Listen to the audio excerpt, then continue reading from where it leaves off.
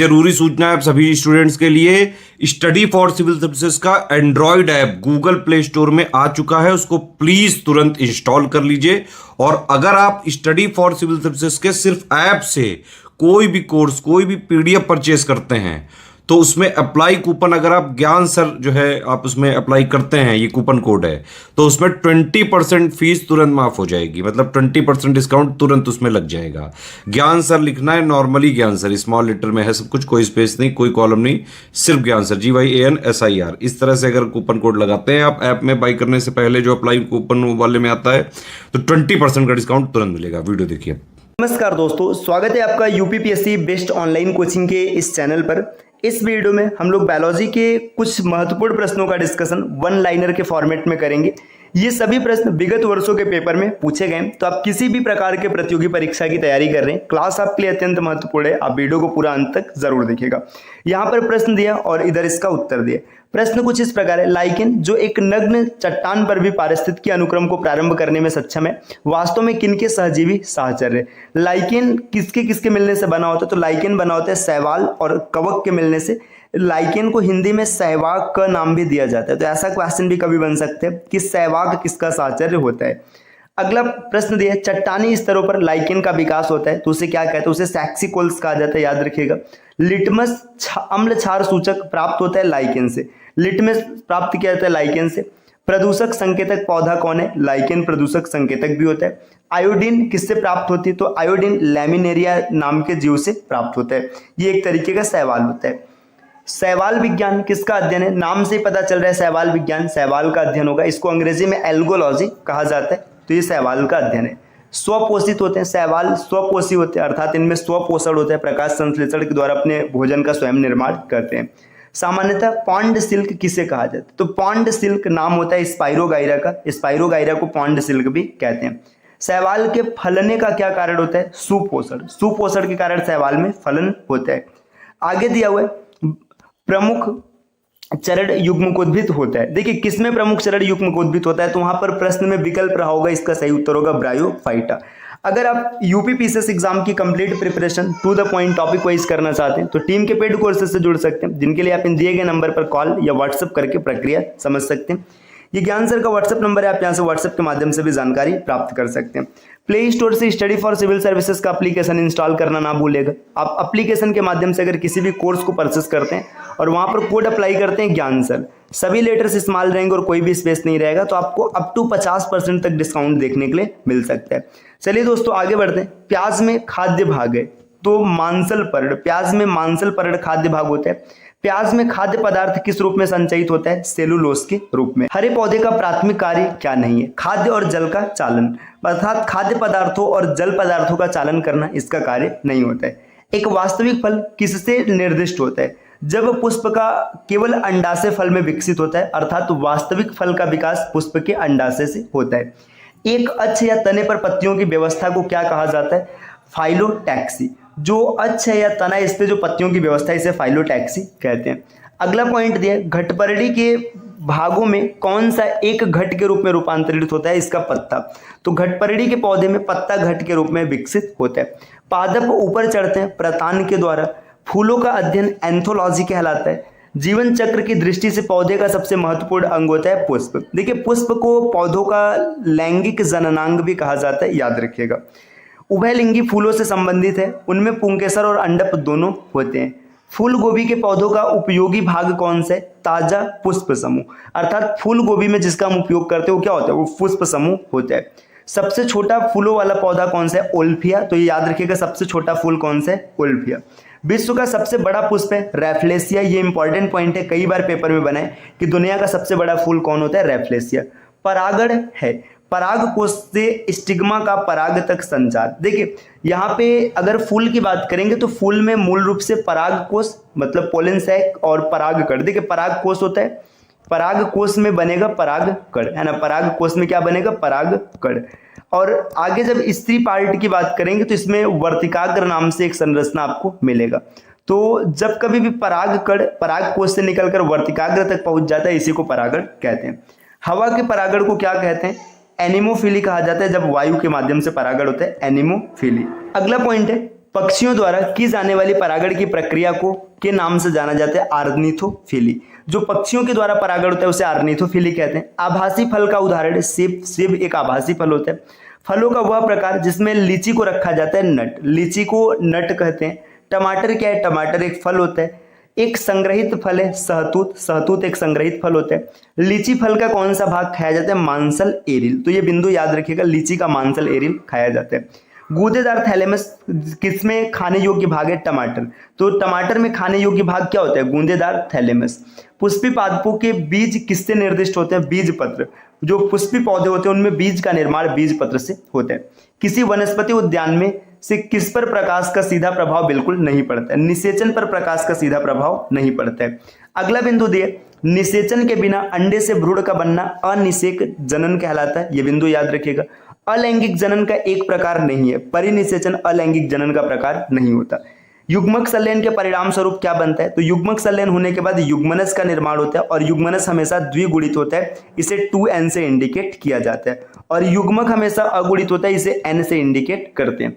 टमाटर के लाल रंग के लिए उत्तरदायी है लाइकोपिन। तो ये पॉइंट याद रखिएगा, लाइकोपिन टमाटर के लाल रंग के लिए जिम्मेदार होता है। गाजर का रंग किसकी मौजूदगी के कारण है? कैरोटीन। तो गाजर का जो नारंगी रंग होता है कैरोटीन के कारण होता है।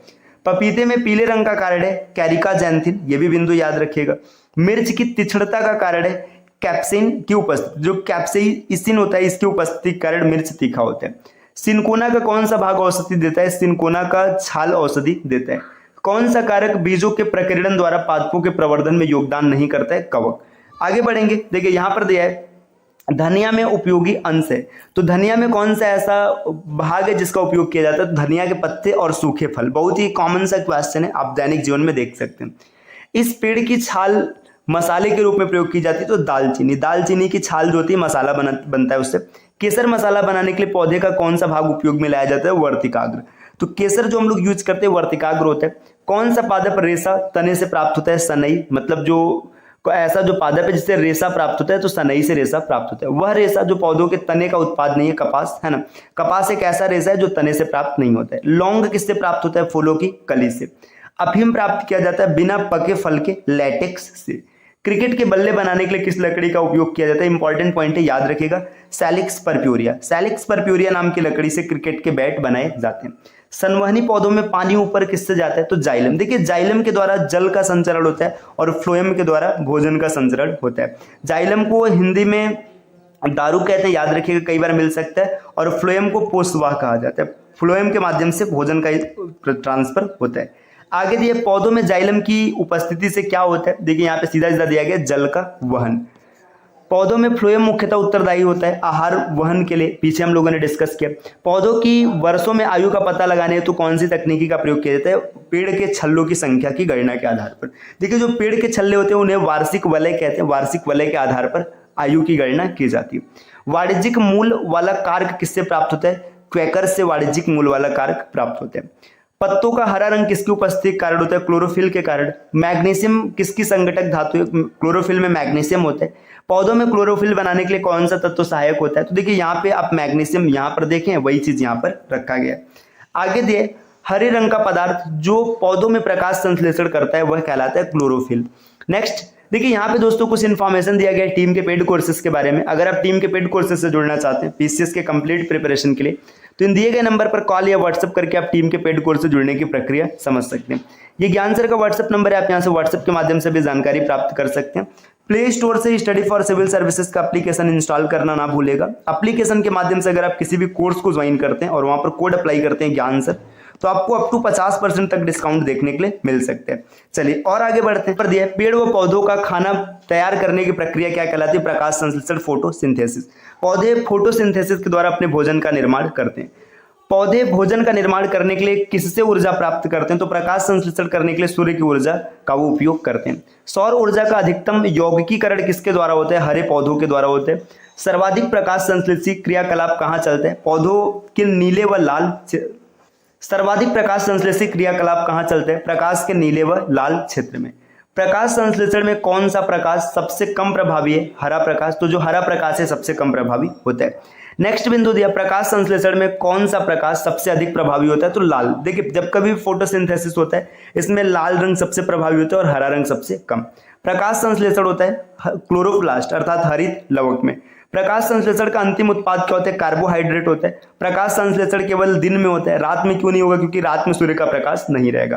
प्रकाश संश्लेषण के लिए कौन सी गैस आवश्यक होती है, कार्बन डाइऑक्साइड। देखिए पौधे क्या करते हैं, कार्बन डाइऑक्साइड लेते हैं और इसके बाद ये ऑक्सीजन छोड़ते हैं। कौन सी प्रक्रिया कार्बन डाइऑक्साइड को वातावरण से हटाती है, प्रकाश संश्लेषण। जितना प्रकाश संश्लेषण होगा उतना ही कार्बन डाइऑक्साइड पौधे लेंगे और ऑक्सीजन देंगे। प्रकाश संश्लेषण के समय निकलने वाली गैस का क्या नाम है, ऑक्सीजन। पीछे हम लोग कई प्रश्नों में देख रहे हैं, है ना। प्रकाश संश्लेषण के दौरान निकलने वाली ऑक्सीजन किसके विखंडन से आती है, तो जल। देखिए ये भी बिंदु याद रखिएगा, जल का विखंडन होता है वहां से ऑक्सीजन बनता है और कार्बन डाइऑक्साइड के विखंडन से ग्लूकोज का निर्माण या कार्बोहाइड्रेट का निर्माण होता है। आगे दिया प्रकाश संश्लेषण के दौरान ऑक्सीजन किन कारण विमोचित होती है, जल का प्रकाश अपघटन होता है वहां से ऑक्सीजन आता है। यदि पृथ्वी पर पाई जाने वाली वनस्पतियां समाप्त हो जाए तो किस गैस की कमी होगी, ऑक्सीजन। जैसे वनस्पति खत्म होगी ऑक्सीजन की कमी होने लगेगी। प्रकाश संश्लेषण की क्रिया में प्रकाश ऊर्जा बदलती है रासायनिक ऊर्जा में, अर्थात प्रकाश संश्लेषण में क्या होता है, प्रकाश ऊर्जा को रासायनिक ऊर्जा में परिवर्तित कर दिया जाता है। किसका प्रयोग पौधों में खाद्यान्न का भंडारण तैयार करने के लिए मुख्य रूप से किया जाता है, कार्बन डाइऑक्साइड और जल। आगे दिया फोटोसिंथेसिस के किस स्तर पर ग्लूकोज का निर्माण होता है, केल्विन साइकिल के स्तर पर ग्लूकोज का निर्माण हो जाता है। आगे दिए कौन सा ऑर्गेनल पौधों में कार्बन डाइऑक्साइड जल और ऊर्जा में पाइरुवेट के व्यवधान को पोषित करता है, माइटोकॉन्ड्रिया। किसके द्वारा ऊर्जा प्रकाश प्रतिक्रिया से अंधकार प्रतिक्रिया में स्थानांतरित होता है, एटीपी, है ना। जो ऊर्जा प्रकाश प्रतिक्रिया या अंधकार प्रतिक्रिया में स्थानांतरित हो जाएगा एटीपी। एटीपी का पूरा नाम याद रखिएगा, एडिनोसिन ट्राइफॉस्फेट। ये भी क्वेश्चन बन सकते हैं, एडिनोसिन ट्राइफॉस्फेट, है ना। एडिनोसिन ट्राइफॉस्फेट इसका पूरा नाम है, तो ये नाम भी याद रखिएगा, एक क्वेश्चन बन सकता है। आगे दिए पौधों की पत्तियों से पानी के वाष्पीकरण को क्या कहते हैं, ट्रांसपिरेशन। पौधों का शिथिल होना, है ना, वाष्पोत्सर्जन के कारण होता है।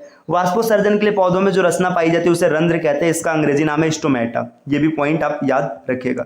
इस एक शरीर क्रियात्मक प्रक्रिया में पादप से अतिरिक्त जल बूंदों के रूप में निकलता है, बिंदु स्राव, गटेशन, है ना। गटेशन के द्वारा जल की हानि बिंदु के रूप में होती है। किसे अवायवीय श्वसन कहा जाता है, ऑक्सीजन के बिना जो श्वसन होता है इसे अवायवीय श्वसन कहते हैं। पौधों के लिए प्राथमिक पोषक तत्वों के रूप में ज्ञात तत्वों में कौन से, नाइट्रोजन, फास्फोरस और पोटेशियम। इसको एनपीके भी सॉल्ट रूप में कहा जाता है, एनपीके, नाइट्रोजन, फास्फोरस और पोटेशियम। कौन सा तत्व पौधों के विकास के लिए आवश्यक नहीं, तो सोडियम की कोई आवश्यकता नहीं होती पौधों के विकास में। जिस रूप में पौधे नाइट्रोजन प्राप्त करते हैं, नाइट्रेट के रूप में उन्हें नाइट्रोजन प्राप्त करते हैं।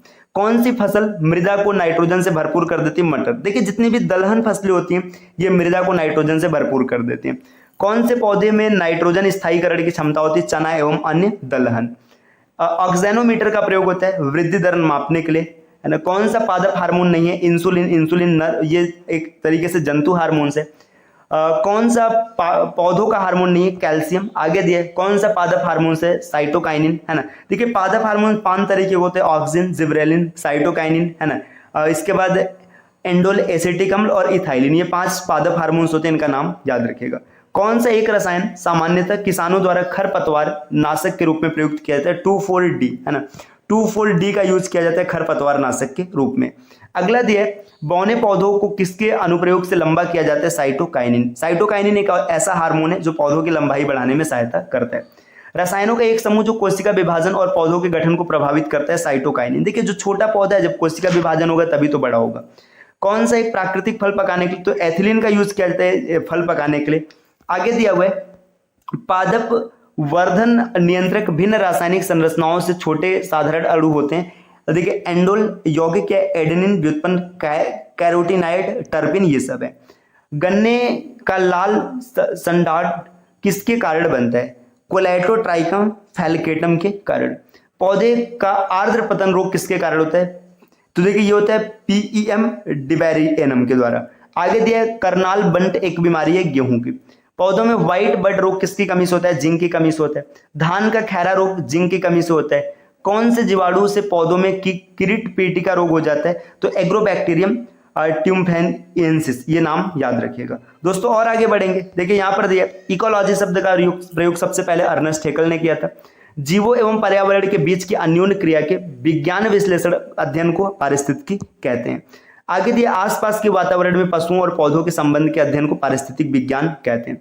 पारिस्थितिकी जीव और वातावरण के बीच के संबंधों का अध्ययन है। पारिस्थितिक तंत्र की संकल्पना सबसे पहले टांसले ने प्रस्तुत किया था।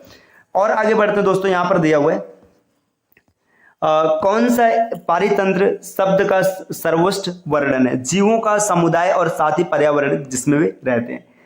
कौन पारिस्थितिक तंत्र के विषय में सही नहीं है? ये एक बंद तंत्र में होता है तो ये गलत हो जाएगा। पारिस्थितिक तंत्र के दो घटक कौन से? जैविक और अजैविक। फ्लोरा और फाना का अर्थ है पौधे और पशु। तो दोस्तों ये हम लोगों के बायोलॉजी की क्लास रही। क्लास कैसी लगी कमेंट करके जरूर बताइएगा। हो सकता है क्लास थोड़ी सी आपको बोरिंग लगे, मुझे पता है, क्योंकि जब फैक्ट वाइज क्वेश्चन पढ़ना होता है थोड़ा सा टफ होता है, लेकिन यहाँ से क्वेश्चन बहुत ज्यादा मिलेगा आपको पेपर में। तो मिलते हैं अब आपसे अगले वीडियो में, तब तक के लिए नमस्कार।